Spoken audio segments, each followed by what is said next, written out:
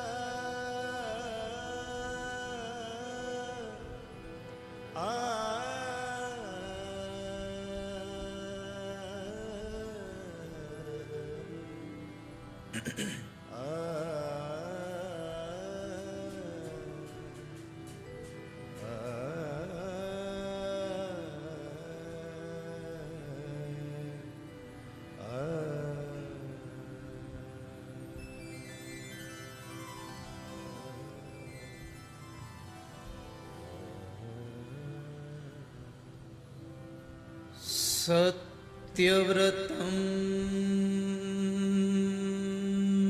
સત્યપરમ ત્રિસત્યમ સત્યસ્ય યોનિમ નિહિતમ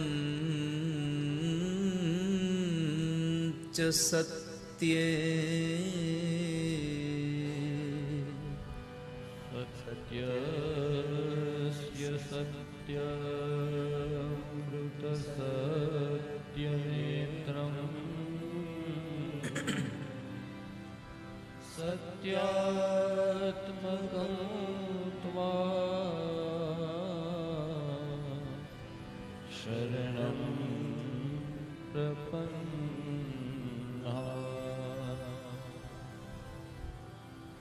સત્યાત્મકં ત્વામ શરણં પ્રપન્ના.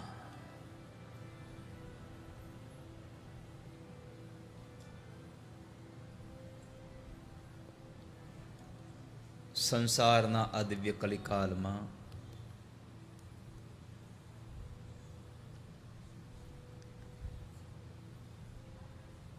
જીવ માત્રના 3 પ્રકારના તાપોમાંથી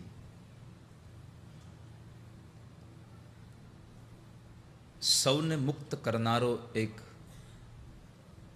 શ્રેષ્ઠ સાધન શ્રીમદ ભાગવત.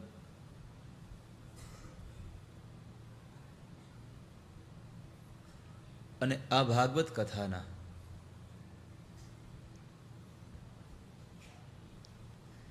આ દિવ્ય મંગલ પ્રવાહમાં પવિત્ર પ્રવાહમાં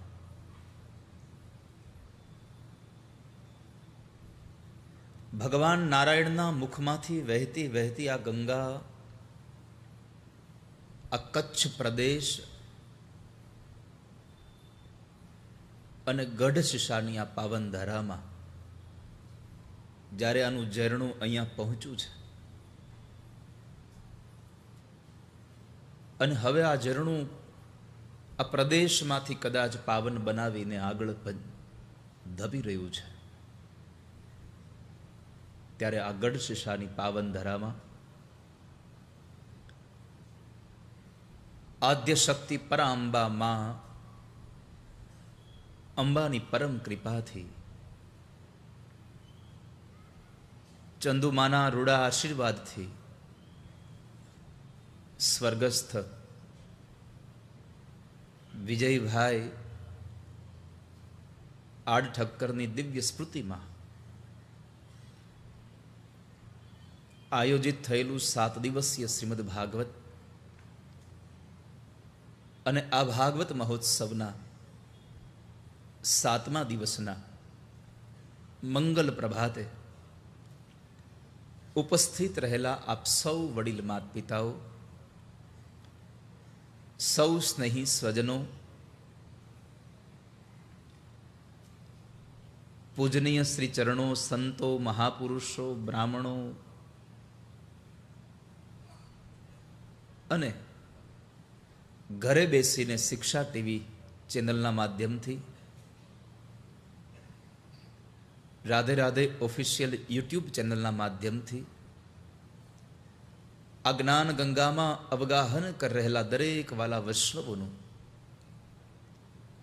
અદિવ્ય મહામનોરથના નિમિત્ત માત્ર મનોરથી બનવાનું જેને સૌભાગ્ય પ્રાપ્ત થયું છે, તેવા પરમ ભગવદીયા ગંગા સ્વરૂપ ઉષાબેન વિજયભાઈ આડ ઠક્કર, પરમ ભગવદીયા અખંડ સૌભાગ્યવતી ચેતનાબેન દીપકભાઈ આડ ઠક્કર, પરમ ભગવદીયા પૂજાબેન હિરેનભાઈ આડ ઠક્કર, કુમારી અંજલિ, કુમારી તુલસી, કુમારી શિવા અને કુમાર નંદ અને એમનો સંપૂર્ણ પરિવાર આજના દિવસે આપ સૌ વાલા વૈષ્ણવોનું હૃદયના ભાવ સાથે હાર્દિક સ્વાગત અને અભિવાદન કરે છે.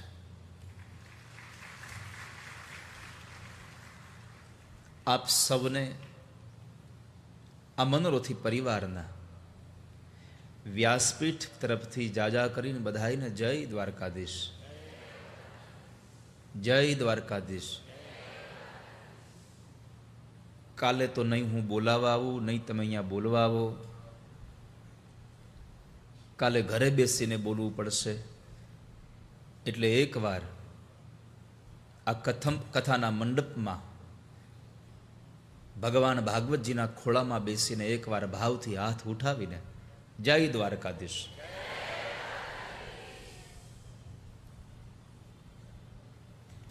કેમ છો?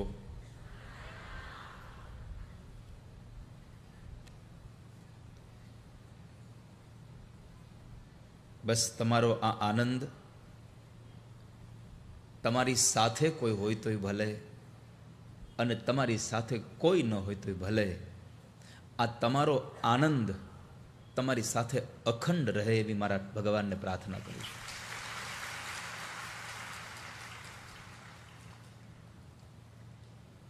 આ આનંદ તમારી સાથે રહે અને આનંદ સ્વરૂપની સાથે તમે રહો.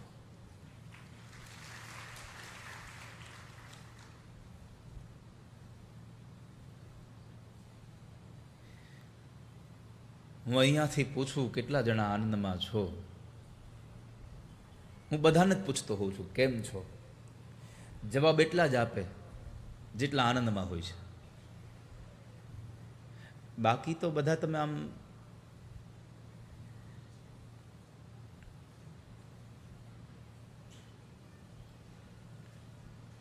મેં ઘણી વાર કહ્યું છે કે જિંદગીમાં ગમે તેટલું દુઃખ આવે પણ મોઢું હરખું રાખવું.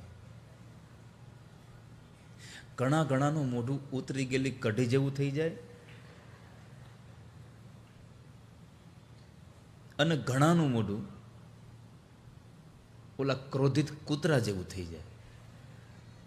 તમે જુઓ તો નાકના ટેરવા ઉપર ચડી ગયા હોય, આ બે નેણા ભેગા થઈ ગયા હોય, આપણને એમ થાય કે જાણે આને જ કોઈ કે ઇન્દ્રાસન આપીને પાછું લઈ લીધું છે. હસતો જ ન હોય.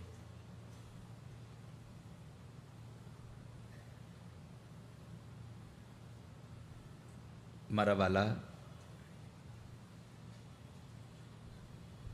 તમારું આર્ટિફિશિયલ સ્માઇલ,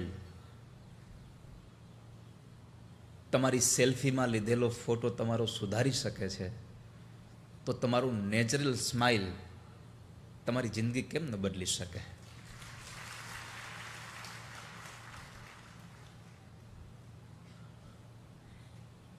અને હસી લો, એવું હસી લો તમે કે તમે જાઓ ત્યારે તમારી પાછળ દુનિયા રડવી જોઈએ.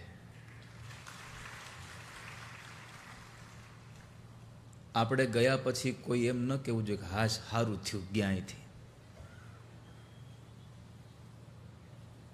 આવી જિંદગી ન જીવશો.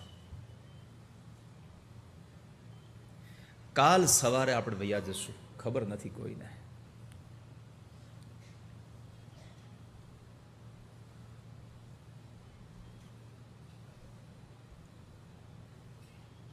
સૌની સાથે હળી મળીને રહીએ. બને એવું કે તમે ગમે તેટલા હળી મળીને રહેવાના પ્રયત્ન કરો, પણ અમુકને આઘું જ ભાગવું હોય.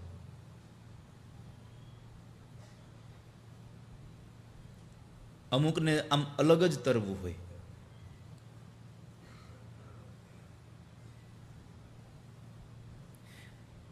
કથામાં હું જે કાંઈ વાત કરું ને એ યાદ રાખજો, હું કોઈ એક વ્યક્તિને સંબોધીને કરતો જ નથી. હું તો આ જનરલ વાત કરું છું. જેના માથામાં પાઘડી બેહે એને પહેરવી. એમ લાગે કે આ મારા માટે, આ મને યોગ્ય લાગે છે. કારણ કે દુનિયામાં આપણો કોઈની, આપણા સ્વભાવની બીજાને કોઈને ખબર હોય કે ન હોય, પણ પોતાના દુર્ગુણ, પોતાના ગુણ, પોતાના સ્વભાવની પોતાને ખબર હોય.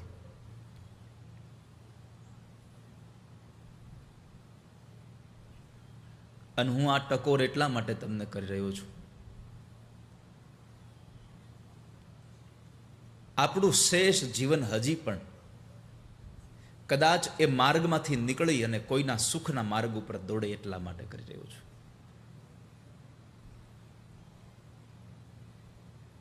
બાકી તમે 3 ટાઈમ ન જમો તો મને શું ફેર પડે? તમે કોઈની હારે બોલો કે ન બોલો, મને શું ફેર પડે? પણ હું તો તમારા સ્વાંત સુખની વાત કરી રહ્યો છું.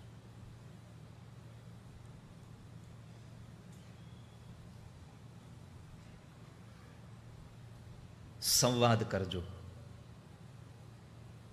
આ દુનિયામાં બહુ બધી વિટંબણાઓ આવવાનું મૂળ કારણ છે સંવાદ બંધ થઈ ગયો છે. જ્યારથી મોબાઈલ આવ્યો છે તમે બધા જ એના સાક્ષી છો. એક કારની અંદર 4 કે 5 વ્યક્તિ જતા હોય, કોણ વાત કરતું હોય છે? સૌ પોતપોતાના મોબાઈલમાં પડ્યા હોય છે.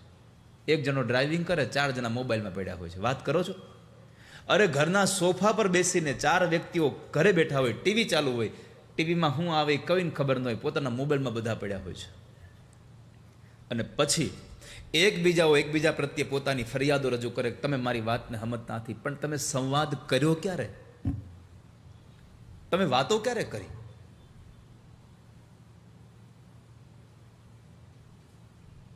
ઘરમાં બેસીને સંવાદ તો કરો.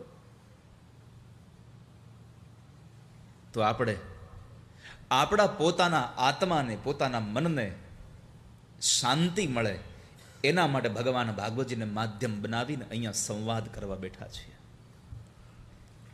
આપણી આ સંવાદ સભા ચાલી રહી છે. અને આજે હમણાં બસ હવે તો સમજો 2 કલાક બાકી છે. 2 કલાક પછી આપણો સંવાદ અહીંયા વિશ્રામ લેશે. જેમ ભગવાન ઠાકોરજી પહેલા દિવસે તમારા બધાની મધ્યમાં આવ્યા હતા, એવી જ રીતે આજે ઠાકોરજી વળી પાછા મનોરથી પરિવારના માથે બેસી અને ફરી પાછા તમારી વચ્ચેથી નીકળી જશે. આજે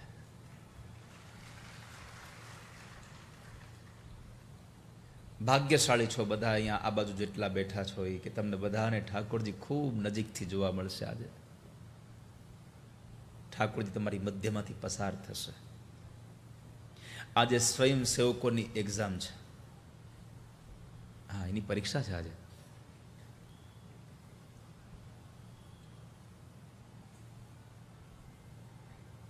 કે ભગવાન જતા હશે અને આ બધા જ ભગવાનના વાલા લાડીલા ભક્તો ઠાકોરજીને વિદાય કરવા માટે નીકળે.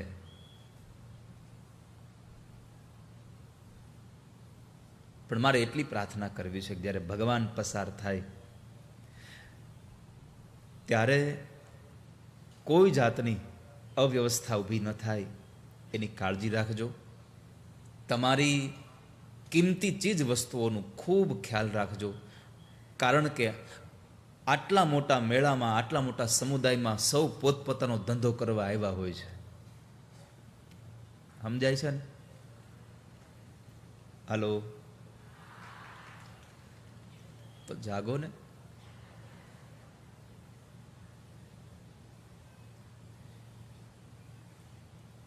તો ગઈકાલ આપણે સૌ ભગવાનની એ કથામાં ઠાકોરજીને આપણે પરણાવતા હતા, ભગવાનને આપણે પરણાવ્યા. ખૂબ રૂડી જાન લઈને મનોરથી પરિવાર આવ્યા.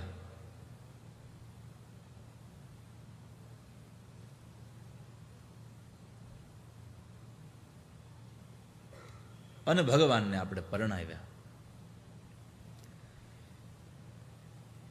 ગીતો અમે ગાયા, શ્લોકે અમે બોલ્યા. તમે શું કર્યું તમને ખબર હશે. અમે બધાએ જોયું કે આમાં શું હોય.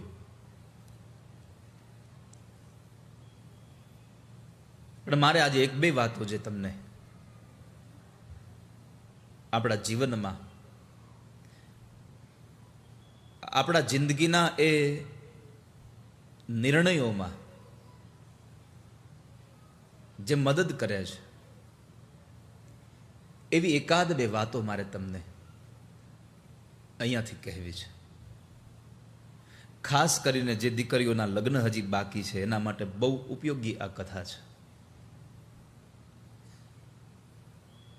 જેના ઘરમાં દીકરી હજી સાવ નાની છે, જેને પોતાને હજી કંઈ ખબર નથી, તો એના મા બાપ માટે આ કથા છે. અને કદાચ જેના લગ્ન થઈ ગયા હોય તો એના માટે પણ હવે આપણે કેવું જીવન જીવવું જોઈએ એની આ કથા મારે તમને માં રૂકમિણીએ હજારો વર્ષ પહેલા જે સંદેશો ભગવાન કૃષ્ણને મોકલેલો અને એમાં જે બે પાંચ વાતો જે નોંધ કરી છે, જે ટાંકી છે, એ મારે તમને કહેવી છે. જો તમે હા પાડો તો, ના પાડો તોય કેવી છે. કારણ કે કથામાં જ આવે છે તો કરું શું?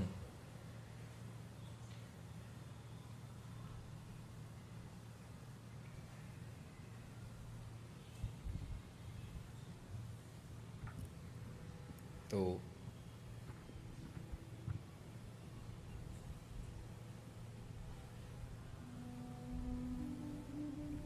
માં રૂકમિણીએ ભગવાનને પત્ર લખ્યો.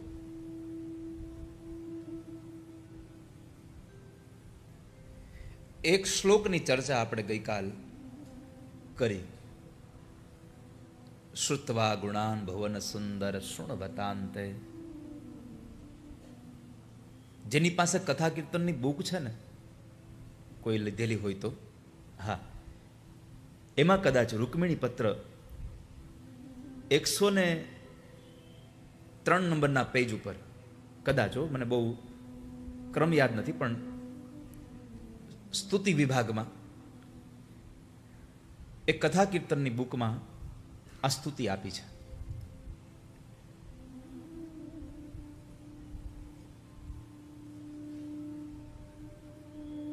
11 શ્લોકની ભીષ્મ સ્તુતિ કદાચ એમાં મેં આપવાનો પ્રયત્ન કર્યો છે.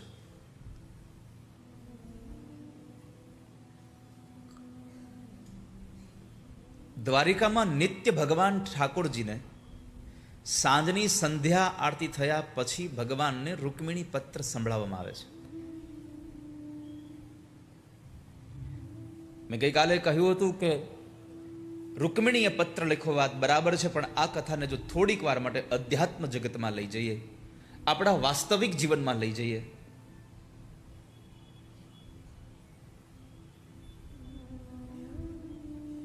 તો જીવનું મંગલ થઈ જાય.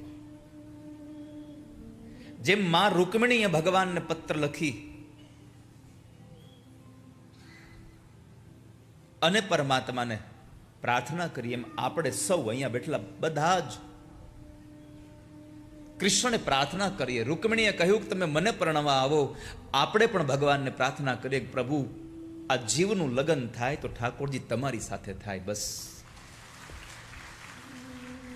અમારું મન તમારામાં લાગે છે. અહીંયા બેઠેલા શ્રોતાઓને હું પ્રશ્ન કરું, તમે કથાઓ તો બહુ સાંભળી હશે, પણ મને એટલું કહો તમે કે તમે આટલી બધી કથાઓ સાંભળી, એમાં તમને ક્યારેય એવું થયું કે મને કૃષ્ણ પ્રત્યે ભાવ વધ્યો છે, એવું પરમાત્મા પ્રત્યે તમારી લાગણીઓ વધે,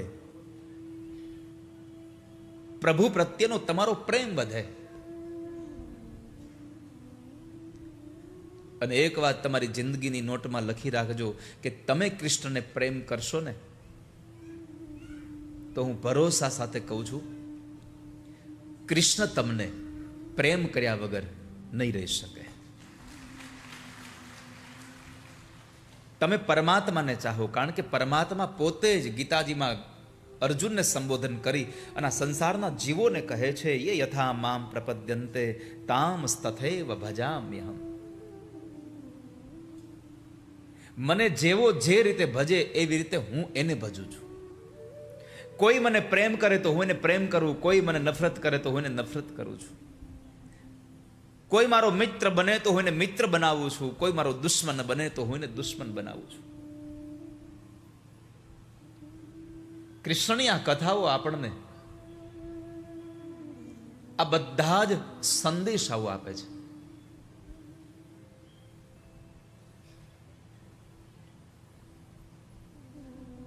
કૃષ્ણમાં પ્રેમ તમને થયો છે, વાત નિશ્ચિંત છે. કેમ કે હું આ ગઢશીશામાં મારે પહેલો વહેલો એવો પ્રયોગ હતો કે રોજના માટે મારા ઉતારે મળવાનો સમય આપું. નહીં તો પ્રાયઃ કથામાં હું એક દિવસ માટે જેને પણ મળવું હોય મને ત્યાં ઉતારે મળતા હોય, ને બાકીના સમયમાં મારું અધ્યયન ચાલતું હોય, મારું કામ. કારણ કે રોજ તમને આવીને સવારમાં કથા દેવાની,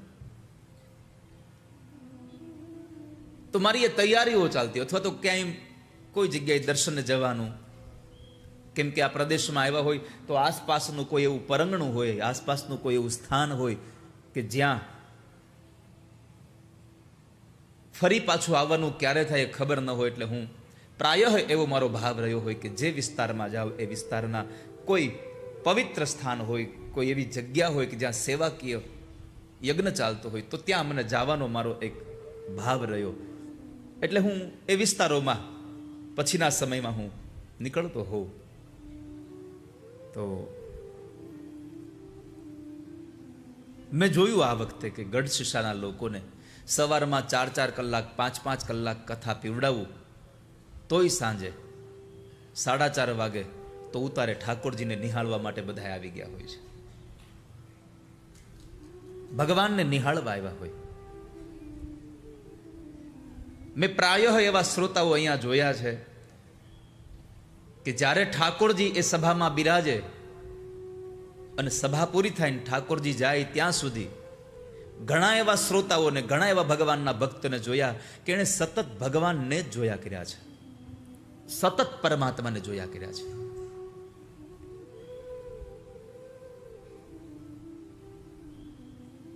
પ્રાયઃ મેં બધાને સાંભળવાનો યત્ન કર્યો, સંવાદ કરવા માટે મેં યત્ન કર્યો. અહીંયા 5 કલાક બોલ્યા પછી મને સંવાદમાં સાંભળવું વધારે ગમે છે. ત્યાં મારું બોલવાનું ઓછું હોય છે, પણ અહીંયા જેટલું બોલાય એટલું બોલું છું. ત્યાં હું સાંભળતો રહું છું.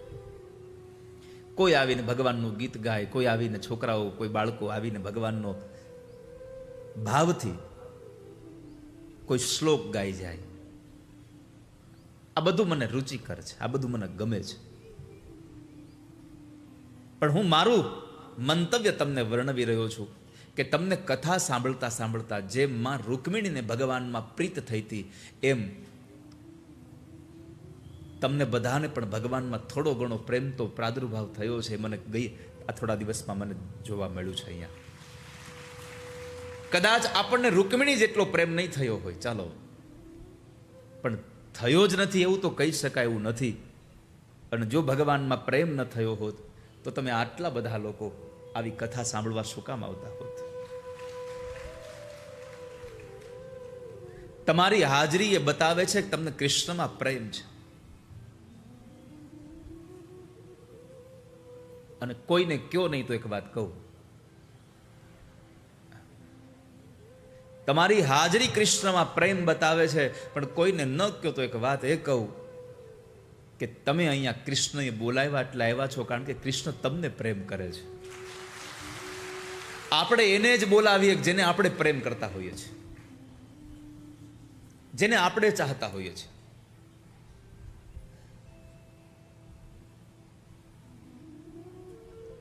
અને એક મારી અંગત તમને સૌને ભલામણ છે કે તમે જેને પ્રેમ કરો, તમે જેને ચાહો છો, એ તમને ચાહે કે ન ચાહે, પણ તમે એને ચાહવાનું બંધ ન કરશો કોઈ દિવસ. આ સંસારનો આપણો પ્રેમ અત્યારના સમય પ્રમાણે કહું તો જેને પ્રેમ કહીને આપણે સંબોધન કરીએ છીએ એ પ્રેમ છે જ નહીં. કારણ કે પ્રેમમાં ક્યારેય પણ કોઈ અપેક્ષા હોતી જ નથી. પ્રેમમાં બધું સમર્પણ હોય છે. પ્રેમમાં બધું આપી દેવાનું હોય છે. પ્રેમમાં કશું મેળવવાનું હોતું જ નથી. આપણે તો પ્રેમ એને કહીએ છીએ કે મને કેટલી મોંઘી ગિફ્ટ આપી, એ પ્રમાણે પ્રેમને આપણે આકારણીમાં લઈ જઈએ છીએ. સામેવાળો માણસ આપણને કેટલી મોંઘી ગિફ્ટ આપે છે, એટલો પ્રેમ છે આપણને. કોઈ વસ્તુની સાથે પ્રેમને ક્યારેય પણ તોલવાના પ્રયત્ન ન કરશો, કારણ વસ્તુથી તોળાઈ જાય એટલો હાવ એવો સહેલો, એટલો સસ્તો, એટલો હળવો આ દુનિયામાં પ્રેમ નથી ક્યાંય કે તમે એને વસ્તુથી તોડી શકો. એટલે તમે જેને પ્રેમ કરો છો એ તમને પ્રેમ ન કરે તોય પ્રેમ કરતા રહો તો સમજવું હવે હું પ્રેમ કરી રહ્યો છું એને.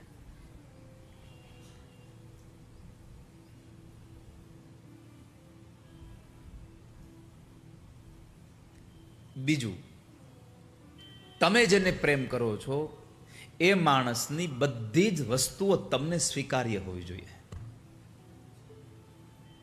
તમે જેને ચાહો છો એની બધી જ વસ્તુઓ તમને સ્વીકાર્ય હોવી જોઈએ.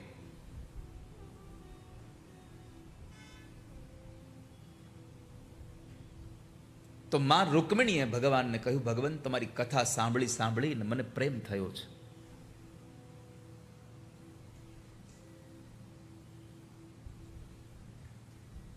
મારો ને તમારો સંબંધ શું? આવું ભગવાને પૂછ્યું રૂકમિણીને કે મારો ને તમારો સંબંધ શું આ સંસારમાં? તો રૂકમિણીજીએ બીજા શ્લોકમાં ભગવાનને સંબોધન કરી અને પરમાત્માને કહ્યું, ભગવાન મારો ને તમારો સંબંધ, એક સ્ત્રી અને પુરુષના ઘણા બધા સંબંધો હોય, પણ મારો ને તમારો સંબંધ, મેં તમારી હારે સંબંધ બાંધ્યો છે. તમે મારા પતિ છો, તમે મારા પતિ છો. એમ ન કહ્યું હું તમારી પત્ની છું. કારણ રૂકમિણીજી કહે છે કે હજી સંબંધ એક તરફી છે. હજી મેં તમને મારા પતિ તરીકે સ્વીકાર્યા છે. તમે મને પત્ની તરીકે સ્વીકારી કે નહીં એ મને ખબર નથી. સ્વીકારશો કે નહીં એની પણ મને ખબર નથી, પણ મેં તમને મારા પતિ માન્યા છે એ પાક્કું છે.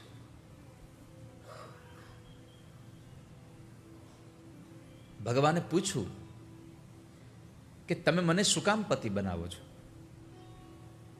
મને પતિ બનાવવાનું કારણ શું છે? તમે મારામાં શું જોયું એવું કે તમારે મને પતિ બનાવવો પડે છે? માં રૂકમિણી જો કહી શકે તો એક જ વાક્યમાં જવાબ આપી શકાય આનો, કે તમારામાં એવું તે શું નથી કે તમને પતિ ન બનાવીએ? શું નથી કૃષ્ણમાં? આ સંસારની બધી જ ચીજ વસ્તુઓ કૃષ્ણમાં પડી છે.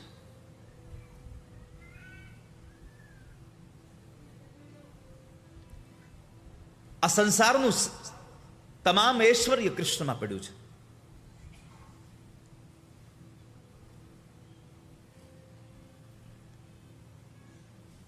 તમને પતિ બનાવ્યા, પતિ તરીકે મેં તમને પસંદ કર્યા, એની પાછળના કારણો છે. કાત્વા મુકુંદ મહતી કુલશીલ રૂપ વિદ્યાવયો દ્રવિણ ધામ ભીરાત્મ તુલ્યમ ધીરાપતિમ કુલવતી ન વૃણીત કન્યા કાળેન્દ્રસિંહ નરલો કમનો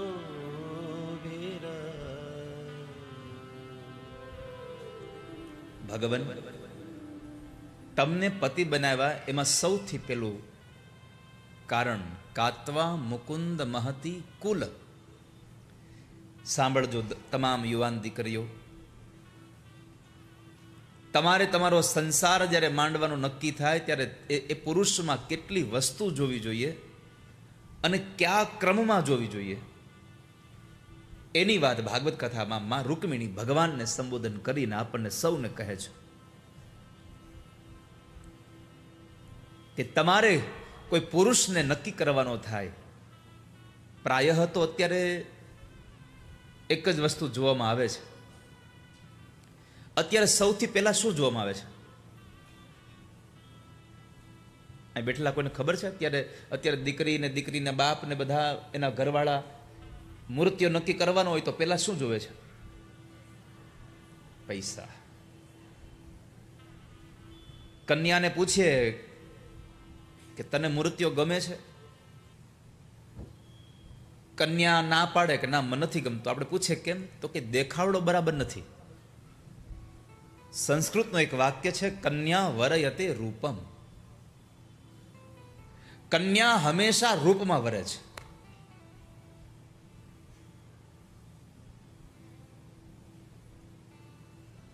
માતા વિત્તમ પિતા શ્રુતમ.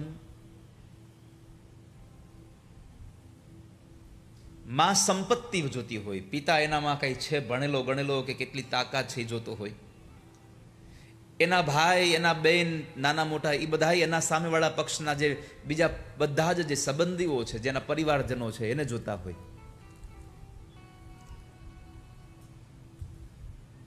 અને આડોશી પાડોશી જમવામાં હું બનાવ્યું એ જોતા હોય.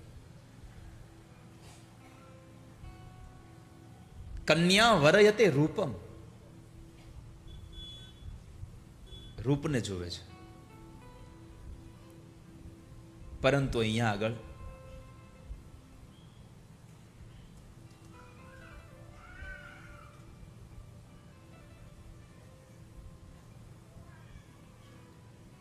માં રૂકમિણીએ ભગવાનને કહ્યું, ભગવાન તમારામાં જે ગુણો છે એ ગુણોને ક્રમશઃ જોવાના છે. પૈસો જોવાનો કીધો છે માં રૂકમિણીએ, પણ એને સ્થાન આપ્યું છે. સૌથી પહેલા તમારે જ્યારે કોઈ વરરાજાને, કોઈ પુરુષને પસંદ કરવાનો વારો આવે ત્યારે સૌથી પહેલા એનું કુળ જોવું, એની ખાનદાની જોવી, પરિવાર કેવો છે, કુટુંબ કેવું છે. પહેલા સ્થાનમાં કુટુંબ જોવું, બીજા સ્થાનમાં શીલ. શીલના બે અર્થો બતાવી શકાય. એક શીલ એટલે ચારિત્ર્ય પણ થાય અને એક શીલ એટલે સ્વભાવ થાય.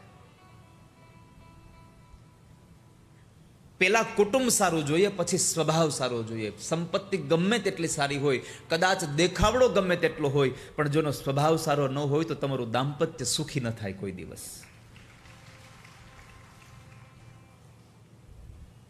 કાત્વા મુકુંદ મહતી કુલશીલ રૂપ. ત્રીજા સ્થાને રૂપ જોવું.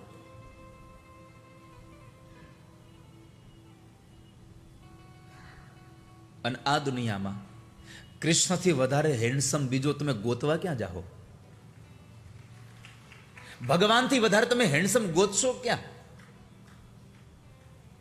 હું તમને 100% કહું છું કે કદાચ તમે કૃષ્ણને સિલેક્ટ કરો તો તમારે 1% લોસ નથી. કદાચ એને જવું હોય તો જશે, કૃષ્ણને કદાચ લોસ જાય તો જાય, બાકી આપણે કૃષ્ણને પસંદ કરીએ એમાં આપણે કાંઈ પ્રકારનો કોઈ આપણને ગેરલાભ નથી. આપણે તો લાભ જ લાભ છે. કારણ આના જેવો સ્વભાવવાળો મૃત્યુ મળે ક્યાં? આના જેવું કુટુંબ મળે ક્યાં? આના જેવો સ્વભાવ ક્યાં મળે? આના જેવો રૂપાળો ક્યાં મળે? તમાલપત્ર જેવોનો જેનો રંગ છે.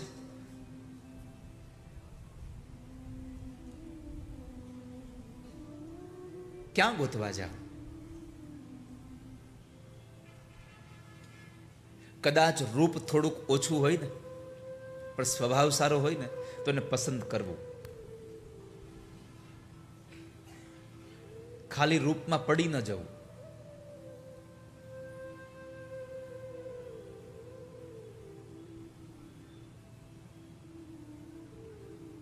તો ભગવાન છે એનામાં રૂપ પણ છે, કુટુંબ સારું છે, ચારિત્ર સારું છે, સ્વભાવ સારો છે, એનું રૂપે સારું છે.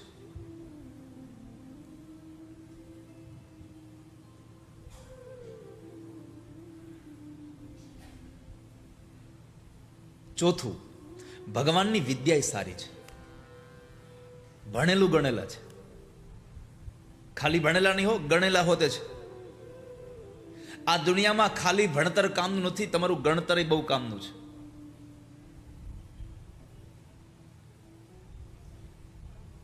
કોલેજમાં એટલું ભણ્યા હોય, એટલું ભણ્યા હોય, એટલું ભણ્યા હોય, અને પછી એને લાપસી કરવા બેસાડો તો એ ચોપડી ખોલે. એને બાજરાના રોટલા ઘડીને એને બનાવવાના કયો તો કે એ નહીં ફાવે, મને થાબડી આવડશે.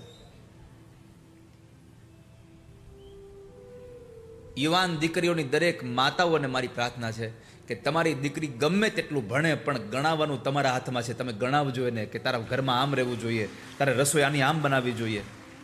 આપણે શું કરીએ છીએ અત્યારે? આપણી દીકરી ભણતી હોય ને છેલ્લા 6 મહિનાનું એનું ભણતર બાકી હોય ત્યાં આપણે એની સગાઈ કરી દઈએ. જેવું ભણતર પૂરું થાય એટલે પછીના 2-4 મહિનામાં એના લગ્ન કરી દઈએ. હવે એને ઘરનું હજી જ્ઞાન આવ્યું જ નથી કાંઈ, એને ખાલી હોસ્ટેલમાં જ રહ્યા છે, એને નકરા પીજીમાં જ રહ્યા છે. એને પોતાની સ્વતંત્ર દુનિયા જોઈ છે, મા બાપથી દૂર રહીને. એને પરિવારની ભાવનાઓ હજી જોઈ જ નથી. અને તમે સીધા જ એને પરણાવી દો, પછી ત્યાં જઈને કોની સાથે કેવો વ્યવહાર કરવો એ હજી એનામાં ખ્યાલ ન હોય.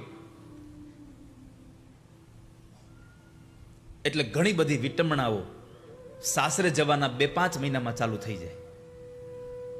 મારી પ્રાર્થના છે સમાજના મા બાપને કે તમારી દીકરીનું ભણતર પૂરું થાય પછી કમસે કમ 1 વર્ષ તમારા ઘરમાં એને રાખીને પછી સાસરે મોકલવાના પ્રયત્ન કરજો. કમસે કમ 1 વર્ષ તમારા ઘરનું, તમારા પરિવારનું, એને સંસારનું જ્ઞાન મળવું જોઈએ.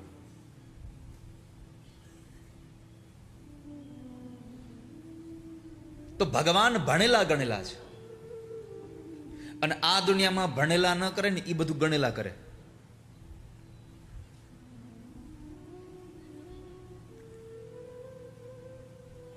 એકવાર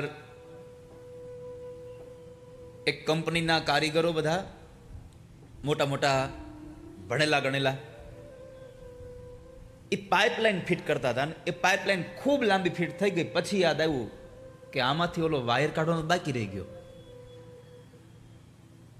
એમાં બરાબર ગામડાના એક અભણ બાપા માથામાં પાઘડી પહેરીને નીકળ્યા. આ બધા વિચારે કરવું કેમ હવે?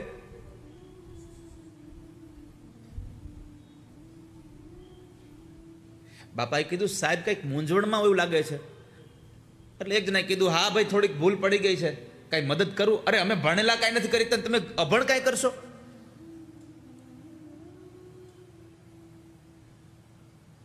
આ તો તમે કહો તો મદદ કરું, એમ કાંઈ મને આવડતું હોય તો. શું થયું? એટલે પેલા લોકોએ બધી વાત કરી કે આ પાઇપલાઇન ખૂબ મોટી લાંબી નખાઈ ગઈ, પણ એમાં એક વાયર કાઢવાનો બાકી રહી ગયો. હવે એ વાયર અમારે કાઢવો કેમ, એની મુશ્કેલી છે. પાઇપ તોડીએ તોય નુકસાન છે, શું કરીએ? બાપાએ કીધું આમાં ક્યાં એટલી બધી મૂંઝાવા જેવી વાત છે, લાવો હું કાઢી દઉં. એક સાહેબ કીધું અને ખબર પડે આપણે ભણેલા ગણેલા આટલું બધું ભણ્યા નથી, કાઢી તને આ કાઢશે? બાપા કે થોડીક વારમાં આવ્યો. બાપા આવ્યા, એક બિલાડી લઈને આવ્યા. એ બિલાડીની પૂંછડી સાથે એ પેલો વાયર બાંધ્યો અને પછી ઓલા ભૂંગળામાં નાનો એવો ઉંદરડો મૂક્યો. આગળ ઉંદરડો, પાછળ બિલાડી.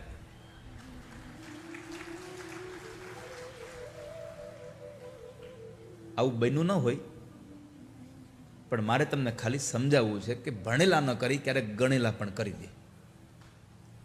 ખાલી ભણતર જરૂરી નથી, જીવનમાં ગણતર બહુ જરૂરી છે. મેં ઘણી વાર કહ્યું છે કે એક ભણેલી દીકરી શાકભાજી લેવા ગઈ અને એ બરાબર અમે એની ઘરે પધરામણીમાં ગયા ને એના મમ્મી તો એના વખાણ કરતા કરતા થાકે જ નહીં. મારી દીકરી આટલું ભણી છે ને આમ છે ને તેમ છે ને. એ તો ગુજરાતીમાં એને બોલતા નથી આવડતું, એને નકરું ઇંગ્લિશ જ ફાવે છે. એને એકને ઇંગ્લિશ નથી ફાવતું, જે નથી ભણ્યા એને ઇંગ્લિશ ફાવે છે. જે નથી ભણ્યા એને ઇંગ્લિશ ફાવે છે, જે દેણામાં આવી જાય એને ઇંગ્લિશ ફાવે છે, જે ટેન્શનમાં આવી જાય એને ઇંગ્લિશ ફાવે છે. સમજો છો ને?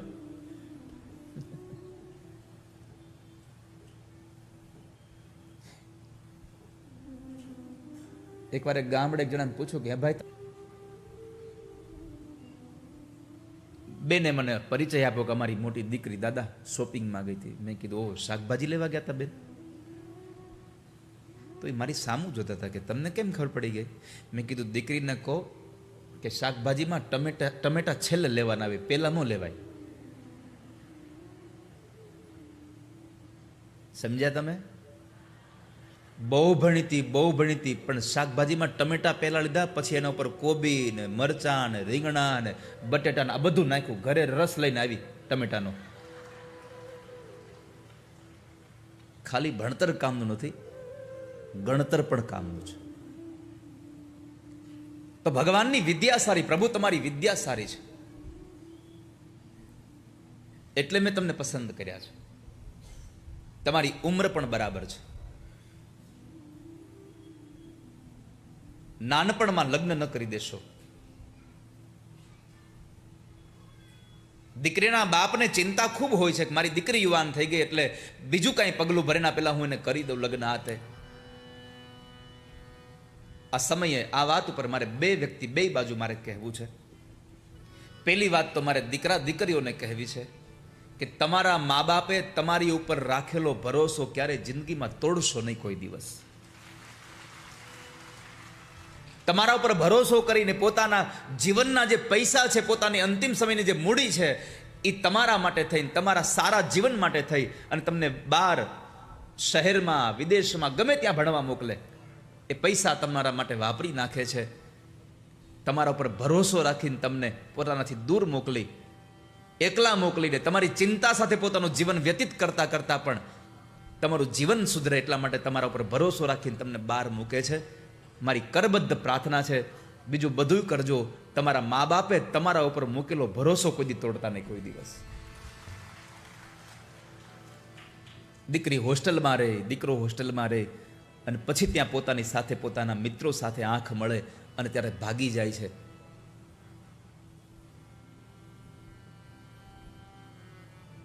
ગુજરાતનો એક લોક સાહિત્યકાર, એને સ્ફુરેલો આ વિચાર, એને મોઢામાંથી નીકળેલા શબ્દો સાંઈરામ દવે બહુ સુંદર વાક્ય કહે છે કે દીકરીઓ ભાગીને લગ્ન કરો એના કરતા એકવાર જાગીને પછી લગ્ન કરજો.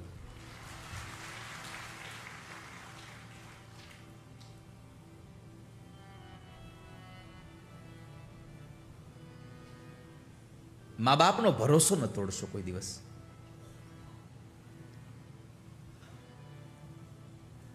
ઉમ્ર બરાબર થાય પછી એના લગ્ન કરીએ. ભગવાન તમારી ઉમ્ર પણ બરાબર છે. વિદ્યા વયો દ્રવિણ, છઠ્ઠા સ્થાને પૈસો જોયો છે. માં રૂકમિણીએ પેલા કુળ જોયું, સ્વભાવ જોયો, રૂપ જોયું, વિદ્યા જોઈ, વય જોઈ અને પછી છઠ્ઠા સ્થાને પૈસો જોયો. બસ આપણે પેલા સ્થાને પૈસો જોઈએ છે, બાકીનું બધું પછી હાલ્યા કરશે. સુખી થવું હોય તો પેલા ખાનદાની જોવી, સ્વભાવ જોવો, રૂપ જોવું. હું ઘણી વખત દીકરીઓને કહું છું, કદાચ તમારા જેની સાથે વ્યવિશાળ કરવાનું નક્કી થાય એ પૈસા ઓછા હોય, એની પાસે સંપત્તિ, એની પાસે ધન ઓછું હોય તો ચલાવી લેજો. પણ દીકરી અને એનો જમાય આ બે આપણા આંગણે આવે ત્યારે લોકોની નજર એના ઉપર ચોટી જાય ને એવું જોડલું બનાવીને પછી સાસરે મોકલજો. આપણે પૈસા માટે થઈ અને ગધેડાની ડોકે હીરો બાંધી દઈએ છીએ. ન કરશો આવું. સંપત્તિ છઠ્ઠા સ્થાને જોઈ છે અને પછી છેલ્લે ધામ બી તમારું ઘર જોયું. અને દ્વારિકા વાળાનું ઘર જોયા પછી બીજાને કોઈનું ઘર ગમે આપણને?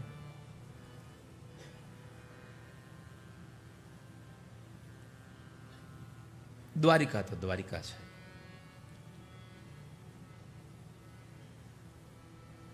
આ સમયમાં મારે છેલ્લી વાત એ કરવી છે આ શ્લોક વિશે. ઘણા બધા લોકો ઘર જોઈને દીકરી દે છે. ઓહો, ઘર બહુ સારું છે. ઘર જોઈને દીકરી દેવી એના કરતા વર જોઈને દીકરી દેજો. કારણ ઘરમાં બહુ બધું હશે પણ વરમાં કાંઈ નહીં હોય તો બધું વયું જશે. અને ઘરમાં થોડું ઘણું ઓછું હશે પણ વરાજામાં થોડીક બુદ્ધિ સારી હશે તો નવું ઘર ઊભું થશે. માટે વર જોઈને દીકરી દેજો.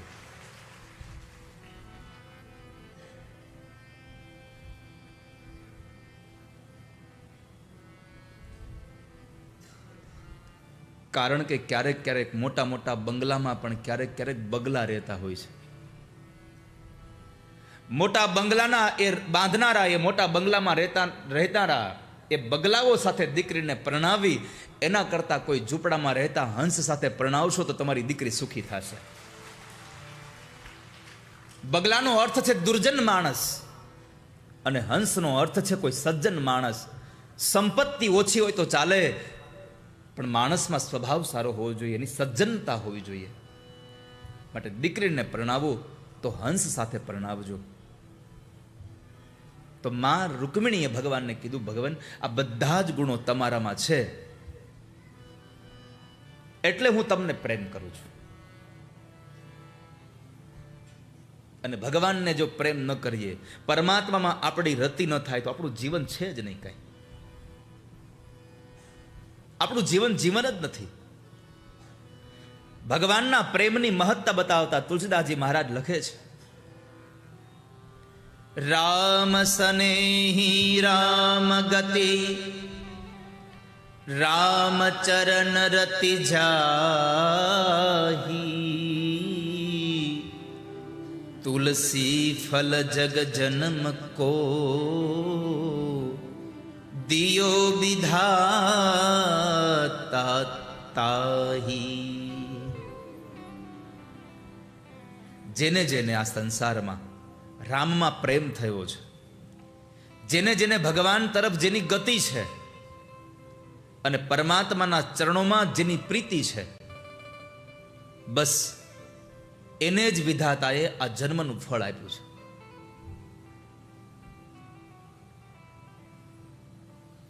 અને જેને જેને ભગવાનમાં પ્રીત થઈ છે એવા લોકોને પણ આપણે પ્રેમ કરતા રહીએ. દાસાનુદાસો ભવિતાસ્મિ ભૂયા. ભગવાનના દાસ ન બનો તો કાંઈ નહીં, પણ ભગવાનના જે દાસ છે એના દાસ બનજો. કારણ તમે 2 દિવસ પહેલા જાઓ પૂર્વે, ફરી પાછા આમ રિવર્સ, તો એક કથા આવી હતી, યાદ છે તમને? પેલો હાથી પાણી પીવા ગયો, મગરે પકડ્યો, ભગવાને આવીને સૌથી પહેલા મગરને મારી નાખ્યો. કેટલાય સાંભળી ત્યાં કથા. બસ ચોથા દિવસે નંદ ઉત્સવમાં કેટલા લોકો અહીંયા આવ્યા હતા? હાથ ઊંચો કરો.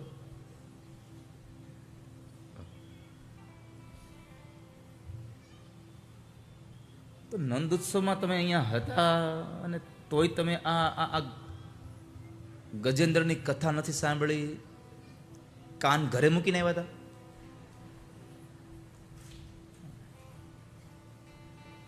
ચોથા દિવસની આ કથા છે.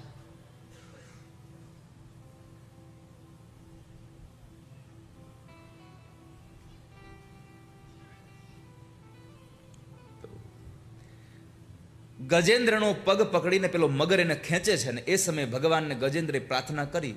આપણે સૌ એ કથાથી વાકેફ છીએ કે ભગવાને આવીને પેલા વેલા ગજેન્દ્રને નહીં, પેલા વેલા ઓલા મગરને મુક્ત કર્યો. પછી તો એ હાથીમાંથી ઇન્દ્રદ્યુમ્ન નામનો રાજા પ્રગટ થયો. એટલે એમણે ભગવાનને કહ્યું, પ્રભુ તમે આવું કેમ કર્યું? કેમ? તો કહે છે કે તમારી પ્રાર્થના કોણે કરી? તો કે તે કરી. તો બીજું મને એ કહો કે મારી પ્રાર્થના કરી તો તમે ઉદ્ધાર કોનો કરવા આવ્યા હતા? તારો. તો પછી મારો ઉદ્ધાર કરવા મારી પ્રાર્થના સાંભળીને આવ્યા અને પેલો ઉદ્ધાર તમે આનો કર્યો? આવું કેમ કર્યું? ત્યારે ભગવાન નારાયણ પોતે બોલ્યા છે કે રાજા, મારો નિયમ છે કે મારી પ્રાર્થના કરે એનો ઉદ્ધાર કરું. મારી ફરજ છે કે મારી પ્રાર્થના કરે, મારા પગ પકડે એનો ઉદ્ધાર કરું. પણ મારો નિયમ છે કે મારા પગ પકડે એના જો કોઈ પગ પકડે તો પેલો ઉદ્ધાર એના કરી દઉં. આપણે સંતોના અને મહાપુરુષોના એના ચરણ શું કામ પકડીએ છીએ? એમણે ભગવાનના ચરણ પકડ્યા છે, આપણે એના પકડીએ એટલે ભગવાન પેલી વેલી નજર એના દાસના દાસ ઉપર કરશે. દાસાનું દાસો ભવિતાસ્મિ ભૂયા. દાસના દાસ બનીને રહીએ.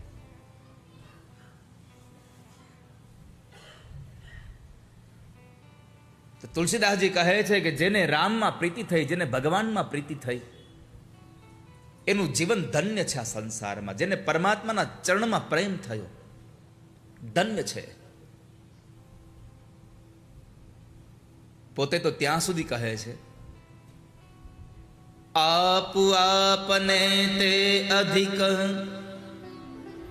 જેહિ પ્રિય સીતારામ તેहि के पग की पानही तुलसी तनु को चां. તુલસીદાસજી કહે છે કે આ સંસારમાં મારું અથવા મારા સંબંધીઓ, આ સંસારનો કોઈ પણ જીવ જેને સંસારના કોઈ પણ પદાર્થ કરતા પણ વધારે જો રામજીના ચરણારવિંદમાં પ્રીત થઈ હોય તો એવા પ્રીત કરનાર માણસના પગના તળિયાના એ જે જોડા છે એ મારી આ શરીરના ચામડા એના જોડા બને તો હું સૌભાગ્યશાળી કહેવાઉં. આપણે કહીએ છીએ ને કે ભાઈ આ ભાઈનો તો અમારા ઉપર એટલો ઉપકાર છે કે અમારા આ ચામડાના પગરખા કરીને એને પહેરાવીએ ને તો એના ઋણમાંથી મુક્ત ન થઈએ. એમ તુલસી કહે છે કે જેને ભગવાનના ચરણારવિંદમાં, સીતા અને રામના ચરણમાં જેને અધિક પ્રેમ થયો છે, આ સંસારના પદાર્થ કરતા વધારે પ્રેમ જે ભગવાનને કરે છે, એવા ભગવાનના ભક્તના ચરણની પાદુકાઓ મારા શરીરના આ ચામડા બનાવી દઉં ને તો મારું જીવન સૌભાગ્યશાળી ગણાય. તો માં રૂકમિણી ભગવાનને કહે છે, ભગવાન મેં તમને પસંદ કર્યા એના મૂળ કારણો આ છે. ત્રીજા શ્લોકમાં કહ્યું કે તમે મને જો પસંદ કરતા હોવ તો એમ ન કહેતા કે હા હું તમને પસંદ કરું છું આવી જાઓ. જો તમે મને પસંદ કરતા હોવ તો તમારે મને લેવા આવી પડશે, હું આવીશ નહીં. આ કોણ કહે છે? આ જીવ ભગવાનને કહે છે, પ્રભુ તમે મને જો તમારા પ્રિયતમા તરીકે પસંદ કરતા હો તો તમારે મને લેવા આવવું પડશે. આપણે ભગવાનને કહે છે તમે મને લેવા આવજો. માં રૂકમિણી ભગવાનને કહે, તન્મે ભવાન ખલુ વૃત પતિરંગ છાયા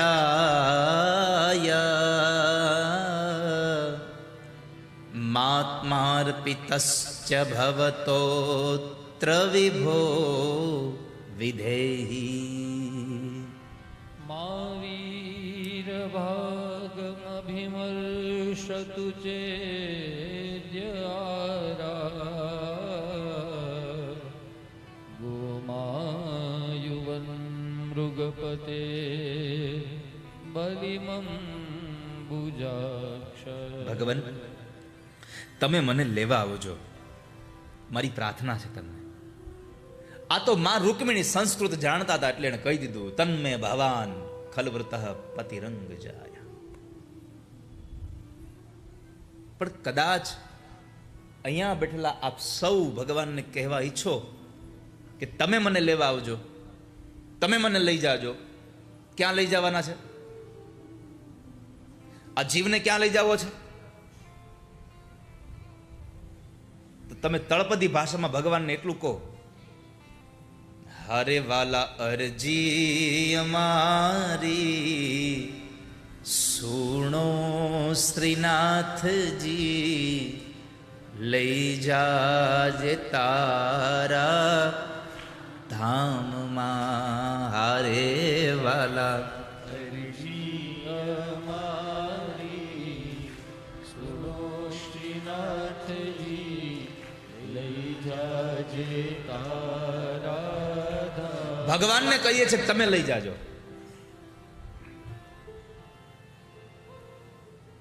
તમે મને લઈ જાઓ.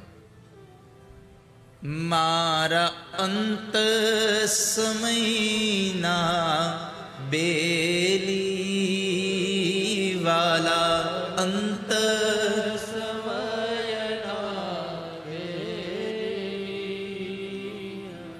મારા અંત સમયના બેલી, મારી પ્રાર્થના છે તમે લઈ જાઓ મને. હારે મેને મેલો નહીં હડસેલી,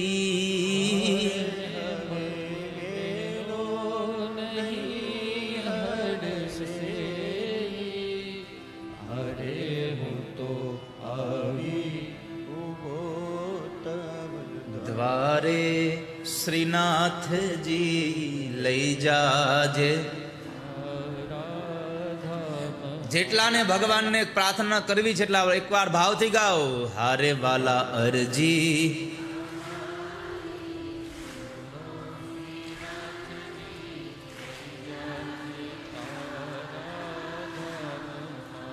હારે વાલા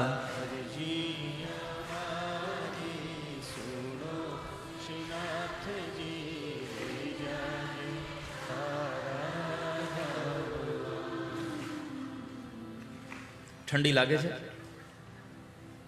હાલો, ટાઈટ ભાઈ છે? ગરમી થાય છે? કાંઈ નથી થતું? તો સ્વયંસેવકોને પ્રાર્થના, થોડીક વાર આ બધું બંધ કરી દો ને, ધુવાડા